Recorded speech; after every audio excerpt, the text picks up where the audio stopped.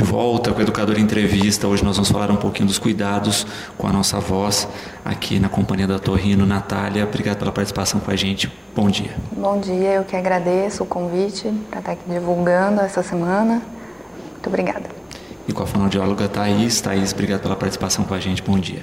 Bom dia, também agradeço o convite, tá esclarecendo algumas dúvidas aí. Bom, vamos começar falando um pouquinho de vocês. Thaís, como é que surgiu o interesse em trabalhar com fonoaudiologia? Eu sempre gostei muito da parte da audição, então desde pequena eu fazia fono, né? Eu tinha algumas troquinhas na fala, então eu comecei a fazer e sempre admirava muito as pessoas que trabalhavam com deficientes auditivos, né? De como fazer um deficiente auditivo a conseguir ter uma boa comunicação, a se socializar, a interagir com as outras pessoas. Então aí eu comecei a fazer faculdade e foi sempre essa área de atuação minha. E já teve essa experiência então enquanto paciente, né? Enquanto paciente. Então isso de fato abre aí até uma ação de interesse, né? A gente vê que muitas vezes a gente tem dois nichos muito fortes nas formações das profissões, né? Um que é a família, que às vezes já tem algum profissional da área, o outro é esse, né? Estar do outro lado sendo atendido pelo profissional e despertar o interesse. Exatamente. E com você, Natália, como é que foi aí pensar na Otorrino como um segmento? A Otorrino surgiu assim como interesse mais no meu último ano de faculdade, por ser uma especialidade dinâmica, tem uma área clínica, uma área cirúrgica. Eu gostava disso, de não ser uma coisa tão rotineira, né, de poder ter procedimento associado. E o despertar assim por interesse assim, em nariz, ouvido, garganta, foi mais durante estágios no último ano de faculdade. E dentro também, assim como a Thaís, dentro da especialidade, eu fiquei com mais treinamentos também na parte de ouvido e audição. Até porque são estruturas muito complexas, né? A gente só pensa na estrutura da fala mesmo, ou da audição, normalmente quando falha. Sim. Né? Acho que aí é o grande problema, né? Quando não funciona como deveria, a gente fala, opa, né? Vamos observar isso. E com crianças, eu acho que é uma constante dos pais, né? De ter essa observação, tá no tempo certo da fala, não tá, atrasou, né? Então tudo isso gera uma dúvida e aí o questionamento ao profissional, né, Thaís? Exatamente. É aí que eles começam, né, a perceber, a criança tem mais ou menos aproximadamente 1 ano, não fala, né, que assim, 1 ano já começa as primeiras palavrinhas, né, e aí os pais vão procurar a gente exatamente por isso, né, para ver se escuta bem, para ver o que está acontecendo. E aí muitas vezes é isso, né, a ligação, o problema não é fala, o problema é a audição. Né? Como é que essa triagem aí, como é que você acaba avaliando? A maioria dos problemas estão ligados mesmo à audição? Lá na instituição a gente tem o programa da triagem auditiva neonatal. Então a criança nasce, ela vai fazer o teste da orelhinha e a partir disso a gente faz um filtro. São crianças com fatores de risco para deficiência auditiva ou não. As crianças que têm fator de risco para ter uma perda de audição, ela faz um monitoramento auditivo, a gente faz exames mais específicos para que essa criança, a gente possa acompanhar a audição dessa criança até os 2 anos. Se acaso tiver algum problema, a gente encaminha para o médico otorrinolaringologista que vai fazer o diagnóstico, né? O diagnóstico é feito aí em conjunto. E é muito importante o teste da orelhinha, né? Eu acho que é importante ressaltar isso, porque hoje a gente já massificou e se fala muito no teste do pezinho, né? Mas às vezes, mesmo com todo o encaminhamento da rede, parece que não se dá importância para isso, né? E muitas vezes a gente acaba tendo um problema mais sério, que é a descoberta do problema tardiamente. Exatamente. Então, por isso que a gente está fazendo, né, esse programa de monitoramento auditivo, né, para a gente acompanhar mais ao longo do prazo, porque pode ser que a criança não fale na triagem no momento, mas pode ser que ao longo do tempo ela vai acabar tendo alguma complicação, pode gerar futuramente aí uma linguagem, um atraso na escola, né? Como é que é feito o teste da orelhinha? Eu acho que é uma dúvida que a gente vê constantemente nos nossos espectadores, né? Porque todo mundo ficou com o teste do pezinho. Então a gente fala assim, mas não dói? Espeta também? Como é que funciona? O teste da orelhinha é feito com a criança o mais quietinha possível, né? É feito tanto no bercinho ou no colo do responsável, da mãe, de quem trouxe a criança. E é um equipamento muito sensível que tem uma sondinha. Então essa sondinha vai captar algumas frequências, você coloca no condutinho da criança e aí ele vai dar como resultado passa ou falha. É um teste indolor, a criança só escuta alguns apitinhos. É bem tranquilo, é bem rápido, dura cerca de 20 segundos em cada ouvido. Perfeito. E aí, Natália, se descobriu algum probleminha, né, ou com as avaliações constantes, aí se nota como é que esse encaminhamento com o otorrino, a gente sabe, é lógico, cada caso é um caso, mas esse acompanhamento prévio aí ajuda muito, inclusive, a amenizar os problemas quando não resolver. Isso. Quando essa criança falha, ela automaticamente é direcionada para uma avaliação otorrinolaringológica. Começa com tirar a história dessa criança e fazer um exame físico inicial. Na própria história, a gente já pode identificar alguns fatores de risco para a perda de audição. E durante o exame físico, a gente também já pode notar algumas alterações. Essas alterações elas podem ser temporárias ou definitivas. É muito comum ter alterações temporárias, como o acúmulo do próprio líquido de dentro da barriga que pode ficar acumulado no conduto auditivo, e isso vai dar uma alteração passageira, inclusive nos exames. Mesmo situações de infecções, né, com acúmulo de líquido pelo lado de dentro, na orelha média, que a gente chama. E também a gente tem que classificar as que são alterações já definitivas, que é quando a gente faz o diagnóstico para poder reabilitar, né? E essas alterações definitivas incluem desde alterações genéticas, que podem se apresentar logo ao nascimento ou no decorrer do desenvolvimento dessa criança, e também pode ter sido causada por fatores ambientais, então exposição a substâncias ototóxicas, tanto pela mãe quanto pela criança, alguns antibióticos podem causar. E situações assim até do perinatais, né, que a gente chama. Então a gente sabe que tem risco aumentado para perda de audição neurosensorial, crianças que são prematuras, que ficaram em CTI, que ficaram em ventilação mecânica, crianças que têm história, né, familiar e história de consanguinidade entre os pais. Então, esses fatores de risco todos a gente já identifica nessa primeira triagem, e a partir disso e do exame físico, nós vamos direcionar os próximos exames para fechar o diagnóstico. Em alguns casos, elas são passíveis de habilitação, às vezes com aparelho auditivo, outras com cirurgia, e essa idade inicial é determinante para depois o desenvolvimento de linguagem, né? Nós falávamos da questão da audição, né, e do diagnóstico precoce aí de algum probleminha.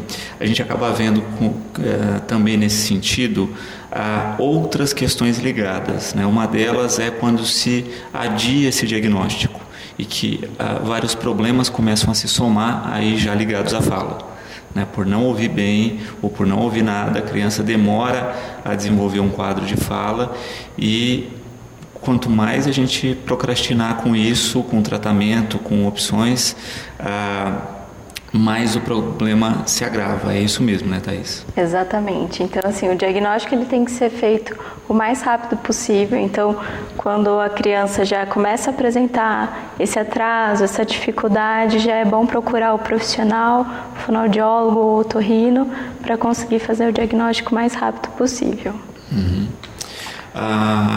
Quando a gente falava dessa questão do diagnóstico, Natália, feito o diagnóstico, você falou das possibilidades de encaminhamento, né? Um aparelho, cirurgia, etc.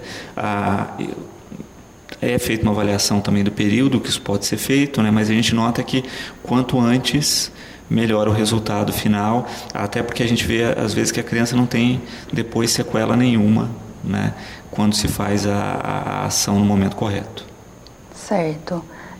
esse diagnóstico, uma fase importante, né, de desenvolvimento e aquisição de linguagem em torno ali de 1 ano a 2 anos de idade, que é quando a criança tem a maior evolução no repertório de palavras.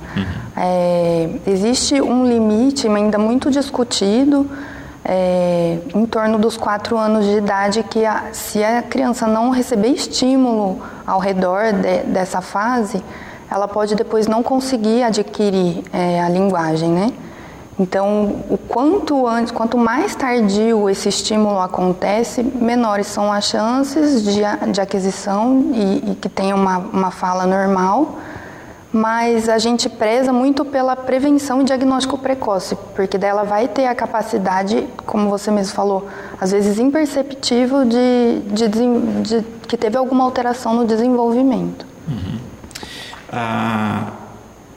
Quando foge essa questão da audição, né? Nós temos problemas diretamente relacionados à fala, só que aí são bem menores, né?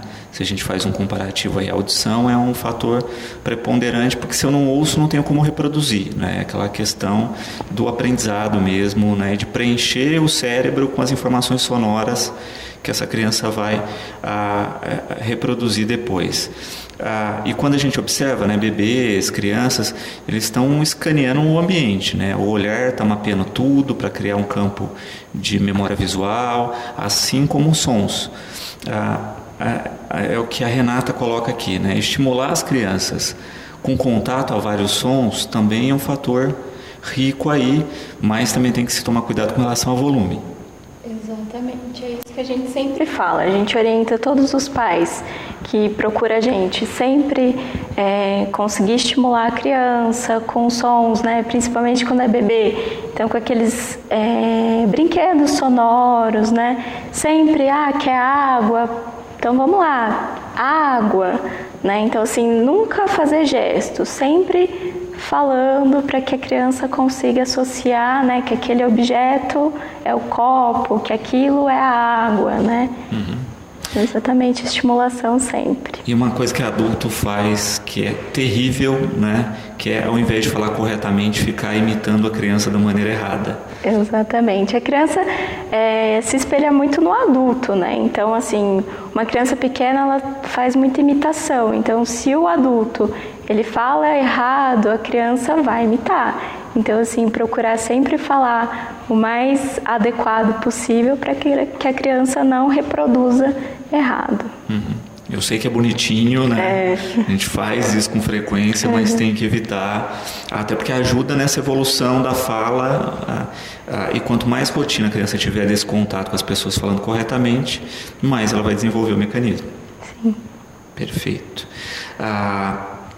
Quando se pensa, Natália, também nas questões de formação, né? A gente tem aí o sistema auditivo muito complexo, o sistema de fala não fica tão aquém assim, tem a sua complexidade, mas a gente percebe muito o que o André coloca aqui, né? Ele diz que na infância tinha a história do freio da língua, né?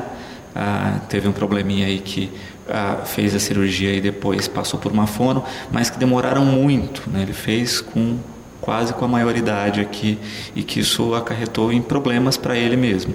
Também é uma questão, né? A gente falava da audição, em se intervir o mais precocemente possível com as problemáticas de fala, também é importante isso. Sim, a gente tem áreas específicas do cérebro, tanto para a audição quanto para o desenvolvimento de linguagem, e elas precisam ser integradas. E além disso, depois que elas são integradas, existe um comando para articular a fala, aí vem a parte estrutural que precisa estar adequada, né? Então, a parte de laringe, de corda vocal, de articulação de língua, de lábios, força de musculatura, e aí que entra o problema desse ouvinte, né? Que ele tinha um problema de frênulo lingual, então é na parte final, articulatória da fala, que ele teve um problema. E novamente, quanto antes isso diagnosticado, ele poderia ter tido inclusive problema de amamentação, deglutição, né, pelo frênulo lingual curto, e quanto antes corrigir isso, menores as chances dele ter um problema, um distúrbio de fala. Perfeito. E a gente acaba vendo essa questão, né, Thaís? Para o trabalho da fono depois também, você fica com uma carga complexa, grande, porque a pessoa se habituou a falar daquela forma, né, com aquela trava, e criar uma condição nova exige muito esforço. Exatamente. Então, assim, as estruturas, elas já estão adequadas da forma que era. Então, tirar esse hábito é cada vez mais difícil. Então, realmente, mais uma vez, quanto precoce, melhor. Perfeito. Nessa linha, né, de tratamento, de acompanhamento, a gente percebe uma preocupação maior das pessoas do que se tinha no passado, né? No passado, muitas vezes a gente ouvia até de profissionais assim, não, uma cirurgia, né, para uma criança é arriscado, mas hoje a gente vê que é simples o processo, né? E cada vez mais seguro, e vai dar uma qualidade de vida muito melhor para essa criança. Sim, agora vai começar com o obrigatório, né, o teste da linguinha, que é para ver como que está o frênulo da criança. Então, a partir de agora vai ser bem mais fácil fazer esse diagnóstico precoce. A Ângela aqui, né, diz que vira e mexe, sofre um pouquinho com rouquidão, né? Quais são as principais causas relacionadas à voz rouca? A rouquidão, ela pode ser por um mau uso ou abuso inadequado da voz, né? Ou pode ser até por um quadro alérgico, né? E cabe a ela procurar, né, ver se essa rouquidão está se estendendo há mais de 2 semanas, para procurar aí um médico otorrinolaringologista ou um fonoaudiólogo para aconselhar e ver o que pode realmente estar acontecendo. E é importante que a pessoa faça o diagnóstico mesmo, né? Como você colocou, olha, pode ser uma causa alérgica. Às vezes a pessoa tem várias alergias e nunca associou isso à questão da voz rouca, que vai e volta sempre, né? Então ter o diagnóstico também é uma ajuda aí até de encaminhamento de melhora disso. Exatamente. Mas nós também no dia a dia fazemos muita coisa errada, né? Um exemplo simples é a questão do gelado em excesso, né? É um dos fatores, né, que também prejudica. É um pouco discutível isso, né, do gelado. Existe, para algumas pessoas que são mais sensíveis, assim, o gelado pode causar uma vasodilatação, isso tanto na parte nasal, que tem a função de aquecer o ar, quanto na parte de orofaringe e laringe também, mas não é uma regra, né? Não acontece isso para todas as pessoas. A gente fala que a rouquidão é apenas uma manifestação, é um sinal, ela não é a doença em si, né? Mas ela é uma manifestação de alguma coisa que pode estar por trás dela, né? Então, principalmente quando é uma rouquidão persistente, né, ou recorrente, quando ela dura mais de 2 semanas ou quando ela está recorrendo, aí a gente precisa ir atrás do fator causal. E a gente sabe que a grande maioria das vezes está ligado a laringites, né, que são inflamações na região da laringe, que tem essas inúmeras causas, o tabagismo, infecção viral, infecção bacteriana, alergias, até mesmo doença de refluxo pode causar esses inchaços e essas inflamações na região da laringe. Então, o mais importante é buscar o fator causal. Perfeito. Mas às vezes a gente faz combinações complicadas, né? Aquela história, tipo, você tem a questão discutível do gelado, mas aí a pessoa vai para a balada, toma gelado e canta durante todo o show com a sua máxima voz. A chance de ter algum problema aí aumenta. Exatamente, ela está cometendo um abuso vocal, né? Então isso pode gerar uma disfonia organofuncional, que a gente fala. Então, que são lesões causadas pelo mau uso mesmo, né? Então, pode ser que vai gerar um nódulo na prega vocal, que vai gerar rouquidão e vários outros problemas. Então, ela precisa fazer o diagnóstico e depois o tratamento. E tem uma questão da soma aí de efeitos, né, quando a gente fala, né? Porque você está, por exemplo, tomando uma bebida gelada, alcoólica, né?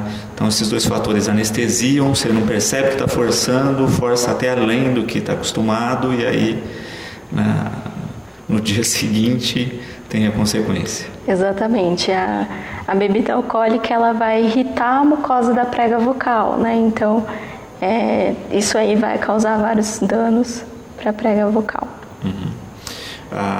Então a gente já tem a questão, né? Bebida alcoólica, evitar. Quem tem cigarro, é a pergunta do Michael, acaba afetando? Acaba afetando, né? O quente do cigarro vai irritar também a mucosa da prega vocal, que vai gerar outros problemas, né? Na voz, rouquidão, uma aspereza, né? Aquela voz bem grave, bem rouca. Isso tudo ocasionado pela fumaça que irrita toda a mucosa. E aí, de novo, a gente pensa na questão da soma de hábitos, né? A pessoa está num ambiente, está tomando uma bebida gelada e alcoólica e fumando ao mesmo tempo. Então, você está com o calor do cigarro, quando você coloca com o frio da bebida e isso intercalado, né? A chance do desastre é muito grande. É muito grande. Vários abusos aí vocais. Natália, quando se pensa, né? Essa questão do abuso, ele vai somando na prega vocal, né? Esses danos. Ainda se fala, e se tem um tabu muito grande na questão das cirurgias, né? Que são muito delicadas e que nem sempre se tem a certeza da correção desses problemas. Sim, é importante a gente falar essa soma, né, que são causas multifatoriais que podem levar à rouquidão. Existe até um termo chamado sinergismo, que é quando há uma soma, né, do etilismo, do abuso do álcool com o do cigarro, que além do fator físico tem também todo o componente, né, da fumaça do cigarro, que é agressivo.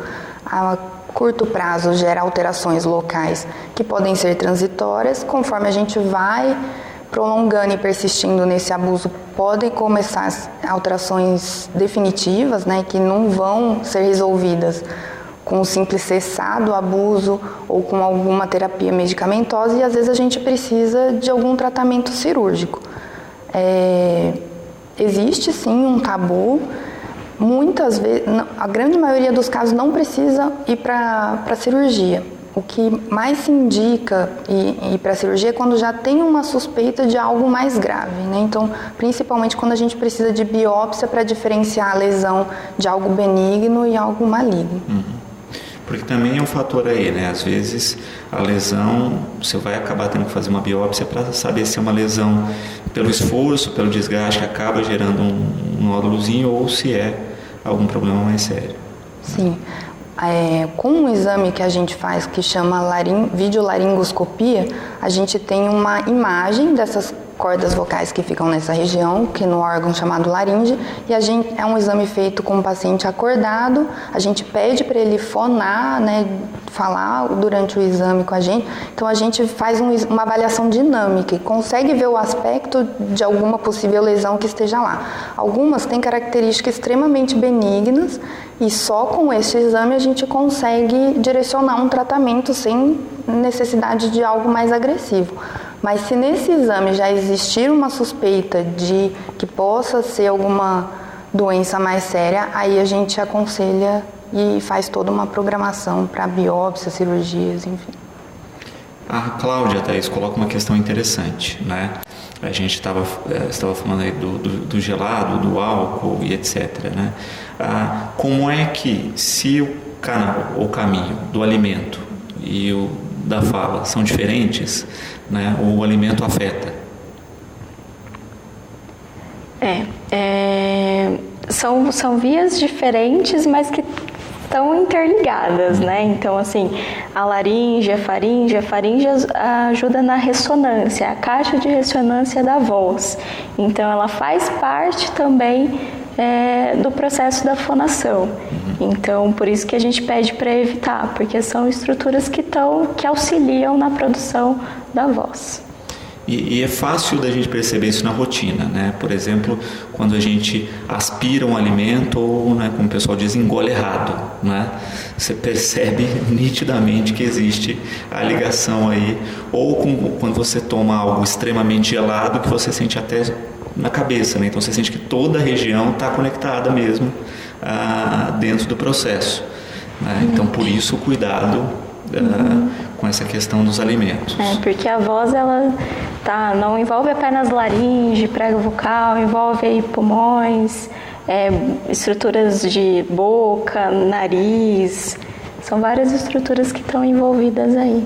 Musculatura, próprio diafragma, né? Então o conjunto da obra aí é intenso, né? Quando a gente pensa que falar é um processo bem mais complexo do que a gente imagina, né?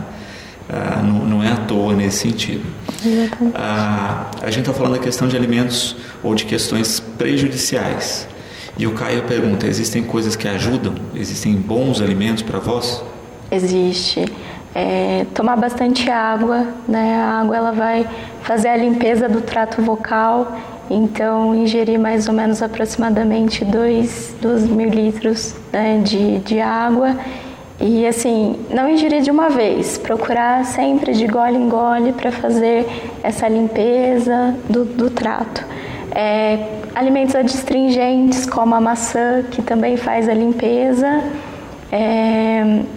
Procurar não só evitar alimentos gordurosos, refrigerante, a bebida alcoólica, que fazem mal para a voz, né? E assim, principalmente pessoas que precisam da voz para trabalhar, né? Sempre manter posição ereta, que vai facilitar que a voz saia mais suave, mais tranquila, falar pausadamente, ajuda bastante aí ter uma socialização melhor. E a gente acaba vendo isso, né? Quanto mais, e as mídias têm mostrado isso, dos profissionais da voz, né? De cantores, etc., que têm cada vez mais tomado cuidado, porque a gente vê figuras, né, que tinham uma carreira que acabam perdendo por não fazer esses cuidados.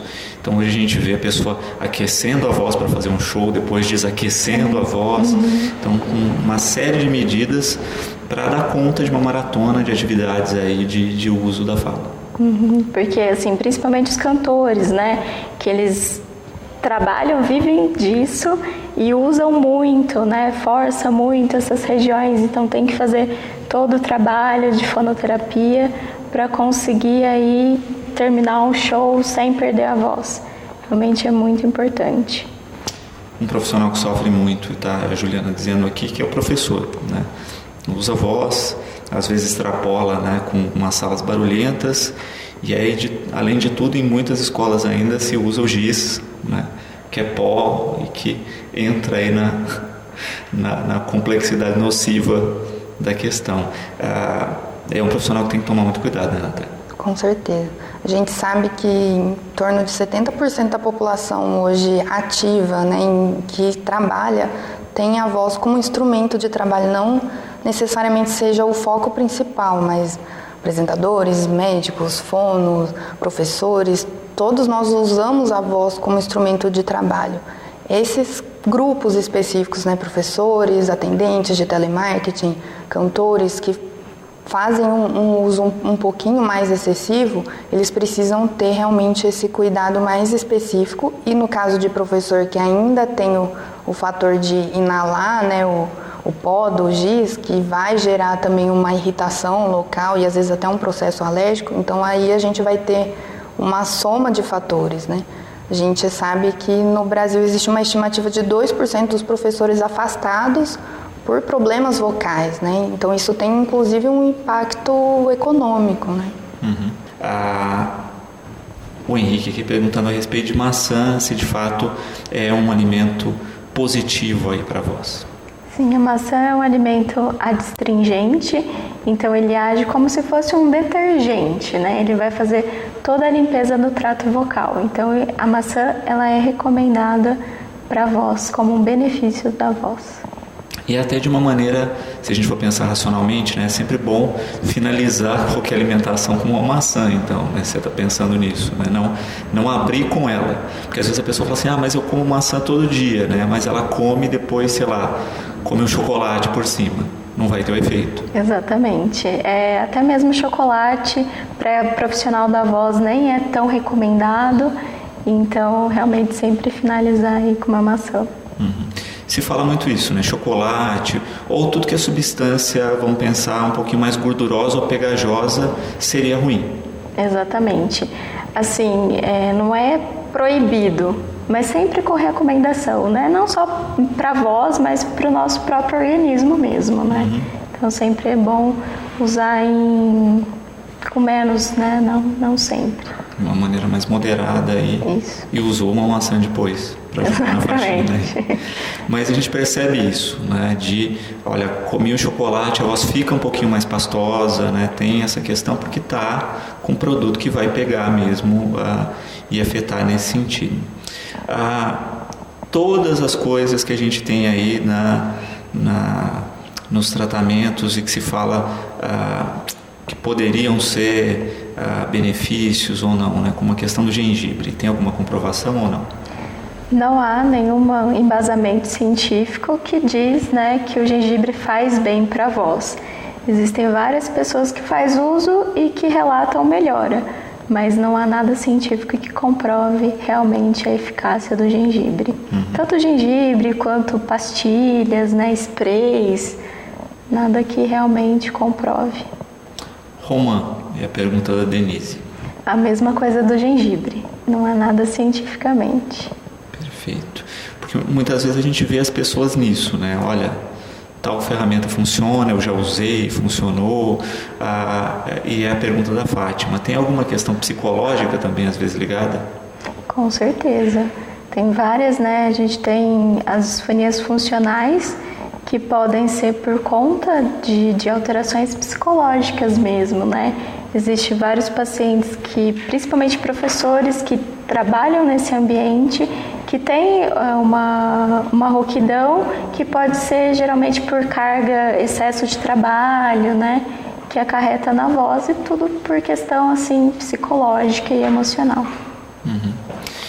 E às vezes a gente vê nitidamente isso, né? De pessoas que têm essa propensão à questão psicológica atrapalhar. Se faz todos os exames, né? Se nota que não tem nada de alteração, mas a pessoa tá rouca, tá afônica e... Exatamente. Isso é uma coisa que a gente costuma ver, inclusive no exame de videolaringoscopia. Você não vê uma alteração estrutural, mas você consegue ver um uso inadequado da musculatura ao redor da prega vocal. E isso às vezes não é uma coisa consciente, né? É uma maneira inconsciente, é por um destreinamento do uso dessa musculatura. Então, o tratamento, inclusive, vai englobar a fonoterapia e muitas vezes um apoio psicológico também. E aí é uma outra questão, né? Quando se fala da questão da estrutura toda da voz, nós estamos falando de músculos, né? E como qualquer músculo do corpo, se a gente usa errado, estressa, né? Dói, etc. Então, muitas vezes o que a gente sente de dor não está relacionada às pregas vocais, mas à musculatura.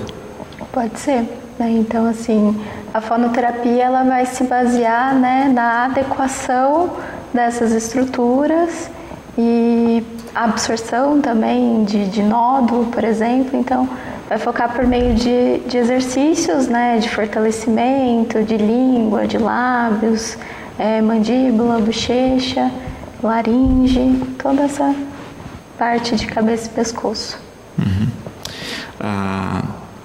Fernanda, parabenizando aí pelas informações, colocando que teve problemas na infância de audição, demorou muito, né, para se adaptar com a questão da fala, e os profissionais de fonoaudiologia foram providenciais, aí sem eles ela não teria a qualidade de vida que tem hoje. Exatamente. E tem muitas pessoas nessas condições, né? Eu acho que passaram por processos sofridos aí não só das intervenções, das cirurgias, mas dessa fase de adaptação que eu acho que é o fator um pouquinho mais complicado. As terapias, ela envolve isso também, né? Porque algumas vezes a família não está esperando que a criança seja deficiente auditiva. Então a terapia ela vai ajudar na aceitação, né? Não só no auxílio à criança, ao adulto que está passando por aquilo nesse momento. Uma das coisas que a gente percebe hoje em dia é que as famílias estão menores, né?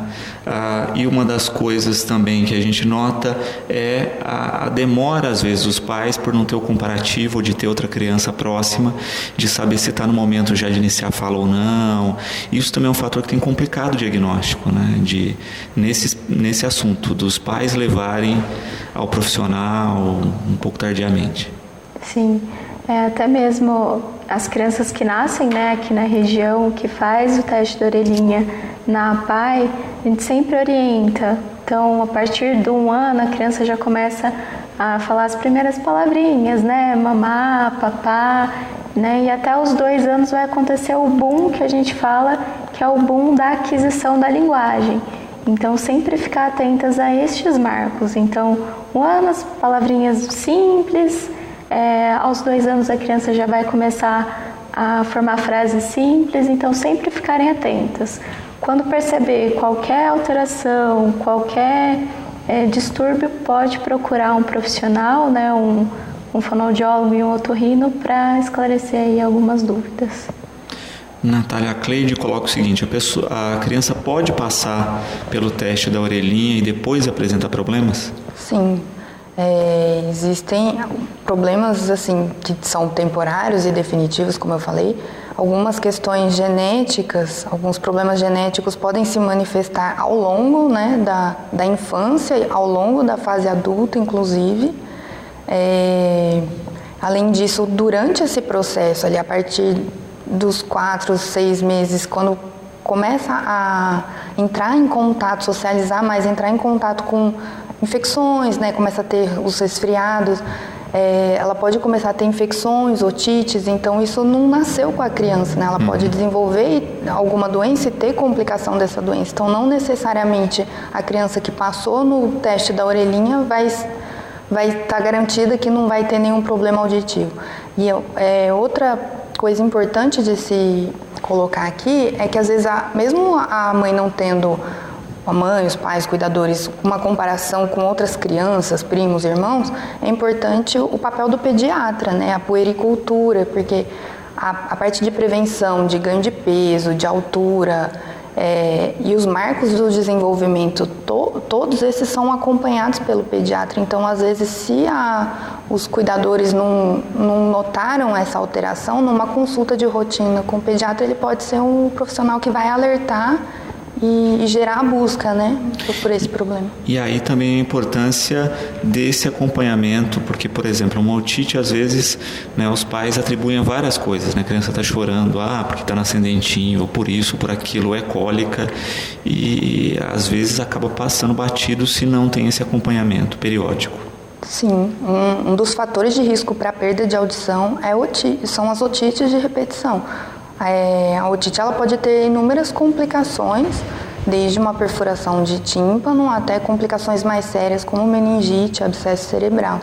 Então nós não podemos negligenciar essas infecções, porque podem ter autorresolução espontânea, como pode complicar para casos bem sérios.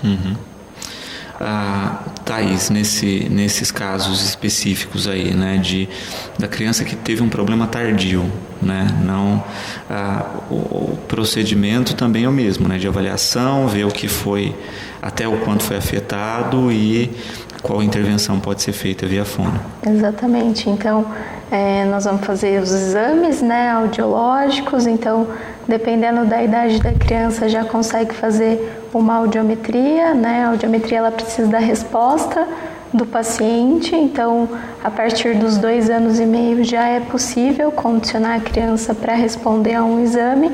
E dependendo do resultado do exame, se constar uma alteração, né, uma perda auditiva, essa criança ela é encaminhada para o otorrino vai fazer o diagnóstico. Se for caso de colocar um aparelho de amplificação sonora, vai ser indicado, pode ser indicado o implante coclear, e aí volta para a terapia para começar a fazer todo o processo de começar a ouvir, né? Porque não basta só colocar o aparelho auditivo que essa criança já vai conseguir falar, conseguir ouvir. Então ela tem que fazer todo o treinamento auditivo para reconhecer o som, porque é a primeira vez que ela está ouvindo, né? Então tem o reconhecimento, vai ter que discriminar os sons para conseguir fazer a compreensão e adquirir aí linguagem e fala.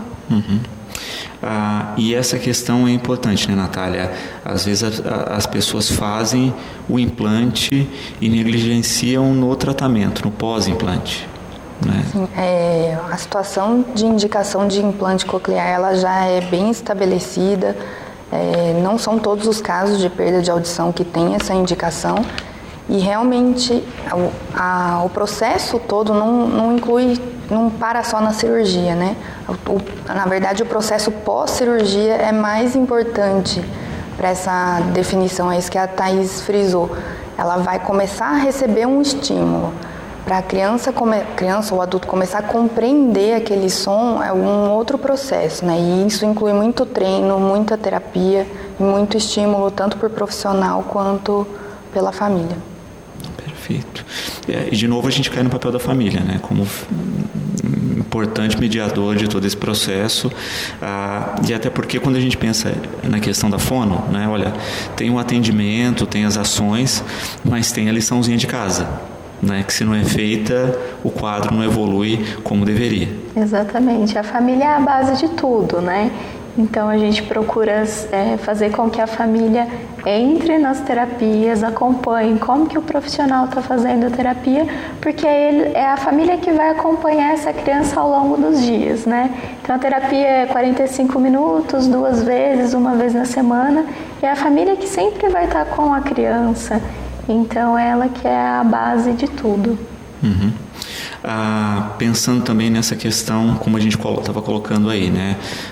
Passa pelo atendimento com você e tem uma série de atividades que a família tem que desenvolver com essa criança, com estímulos e etc. Sem esse tipo de ação, a gente sabe que o quadro pode se complicar. Exatamente. A criança pode ser que não vai evoluir ou até regrida cada vez mais.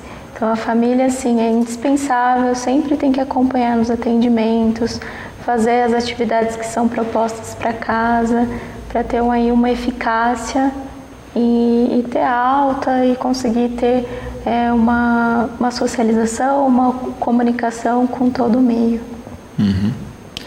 Karina, também parabenizando aí pelas colocações e pelas informações, colocando que tinha problemas recorrentes de perda de voz, né? E foi descobrir exatamente isso, que tinha um quadro alérgico que nem desconfiava, porque não se manifestava de outras maneiras, e conseguiu resolver com um tratamento até que muito simples, mas depois de ficar anos, né, lutando com essa questão. Exatamente. O tratamento geralmente é simples, principalmente em casos que é necessária a fonoterapia. Então, num tempo mais ou menos de 6 meses, se seguir todas as orientações, se fazer o tratamento adequadamente, tem alta o quanto antes. Hábitos saudáveis, né? Quais são os hábitos de cuidado aí que nós devemos ter na rotina? Então, nós discutimos aqui inúmeros fatores que causam as disfonias, né, o rouquidões. Então é importante a gente falar sobre a prevenção, evitar principalmente tabagismo, né, os clássicos, tabagismo, o abuso de álcool, evitar falar demais, gritar, fazer hidratação adequada, ingerir bastante líquido, evitar pigarrear demais também, na intenção de limpar, às vezes a gente traumatiza. Quando tiver um episódio de disfonia, de alteração de voz, tratar o quanto antes, evitar automedicação, tentar uma alimentação o mais saudável possível. Mais algum fator? Respiração também, né? Acho que basicamente são esses. E que várias das dicas aí caem em todos os itens de rotina saudável de tudo que a gente fala com saúde. Sim. Né? É interessante isso, né? Quando se conecta as questões e vê que estão todas com ações simples de qualidade de vida. Né? Sim, e acaba englobando, né? A laringe e a produção de voz é só uma parte do todo do organismo. Então, essa parte de hábitos saudáveis acabam refletindo para outras regiões do corpo também, não só a produção de voz. E pensando nessa questão básica aí, né, de ter esses hábitos, as pessoas que têm uma tendência maior, né, Thaís, a problemáticas, são as que mais têm que seguir isso. Exatamente, procurar sempre, né? Então, existem várias pessoas que queixam, mas eu não consigo tomar água, né? Porque eu não posso sair toda vez do trabalho para tomar uma água. Então, a gente sempre fala, usar garrafinhas, né? Para sempre ingerir, professores principalmente, né, sempre tomando goles ao longo da explicação, ao longo das aulas, para conseguir aí fazer com que ao final do dia consiga tá com a voz boa, né? E sempre fazer o repouso vocal, né? Principalmente os profissionais que usam e precisam da voz no trabalho, sempre fazer o repouso vocal. Perfeito. Então, tem uma questão também que você coloca aí pontualmente de se tomar goles de água. Eu acho que o exemplo mais simples que a gente deve dar é, por exemplo, a lubrificação de um veículo, né? Você não gasta todo o óleo que você colocou lá em uma viagem, né? O carro vai liberando aos pouquinhos. É a mesma coisa com a fala. Não adianta você tomar 2 litros de água ao acordar e não tomar água o resto do dia. Exatamente, tem que ser sempre aos poucos, porque a água é para hidratar, né? Então o corpo ele vai precisar de hidratação ao longo do dia. Então a gente tem que sempre fazer pausadamente. Perfeito. Igor, na questão aí dos quadros cirúrgicos, né? As pessoas, por exemplo, que passaram por uma cirurgia de prega vocal aí com uma calosidade, etc. Se não mudarem o hábito, podem voltar a ter problema? Com certeza. Principalmente no pós-operatório imediato tem umas recomendações, né? Esse repouso vocal absoluto a gente deixa por vários dias, essa parte de hidratação, o uso dos medicamentos, mas, de novo, se a gente não corrigir a causa base, ele pode retornar. Então, não adianta nada ele se submeter a um procedimento cirúrgico e não corrigir todos os fatores que geraram o problema. Pode, com certeza, voltar assim e, às vezes, voltar até mais intenso. Uhum. E na questão de conseguir fazer essa mudança, aí a gente vê muito essa questão com a fonoaudiologia, né? Da pessoa falar assim, mas eu não estou forçando, né? Ela se habituou tanto àquela maneira que é difícil colocar num patamar saudável, assim vamos dizer, mas que não agrida tanto a fala. Primeiro, o paciente ele tem que ter a percepção que algo está causando, né? Então, se grita demais, então tem que fazer um trabalho voltado para isso, né? Então, a gente vai trabalhar crianças, por exemplo, que praticam esportes, então joga futebol, aí começa a gritar, então a gente tenta fazer esse trabalho voltado para que a criança não grite, porque não há necessidade, né? E fazem os calendários, o copo, a garrafa, né, para fazer a hidratação. São várias estratégias que podem ser usadas para que a pessoa se adeque às novas estratégias aí. Perfeito. Mas a pessoa conseguir fazer essa percepção leva um tempo. Leva um tempo. Então, assim, as primeiras sessões da terapia vai ser com que a pessoa consiga perceber que o hábito dela é inadequado, para depois a gente começar a trabalhar a causa. Porque às vezes desde a infância ela usa a voz errada, né? E aí é a pergunta da Marina aqui, né? Aquelas crianças que excedem nos gritos, né?